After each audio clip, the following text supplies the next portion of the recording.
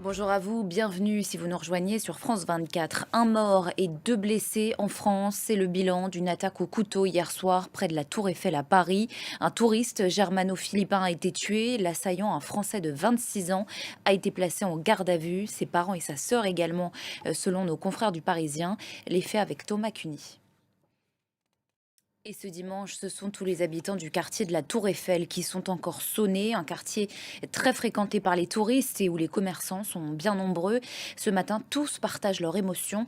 Juliette Poissonnet avec nos confrères de France 2.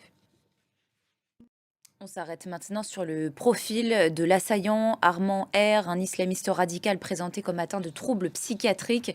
Selon nos confrères du Parisien, citant un rapport d'avril dernier, il avait arrêté son traitement médicamenteux en mars 2022, il y a un an et demi donc.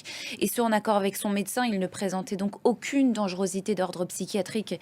Toujours selon son médecin, on en parle avec vous, Wassim Nasr, spécialiste des mouvements djihadistes ici à France 24. Bonjour à vous, Wassim. Que peut-on dire du profil alors de cet assaillant? En tout cas, on peut dire que c'est quelqu'un qui était impliqué dans les réseaux djihadistes depuis un moment. Wassim Nasr, merci beaucoup à vous pour vos précisions. Et à la suite de cette attaque, l'Allemagne s'est elle aussi réveillée sous le choc. Elle dénonce, je cite, un crime abominable.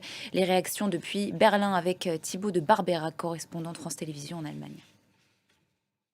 L'autre grand titre de l'actualité de ce dimanche nous emmène à Gaza, toujours pilonné par l'armée israélienne 3 jours après la fin de la trêve. En 48 heures, Israël dit avoir conduit plus de 400 frappes sur le territoire, particulièrement dans le sud. Direction Dubaï à présent, où les grandes déclarations s'enchaînent à la COP28, le grand rendez-vous mondial pour le climat.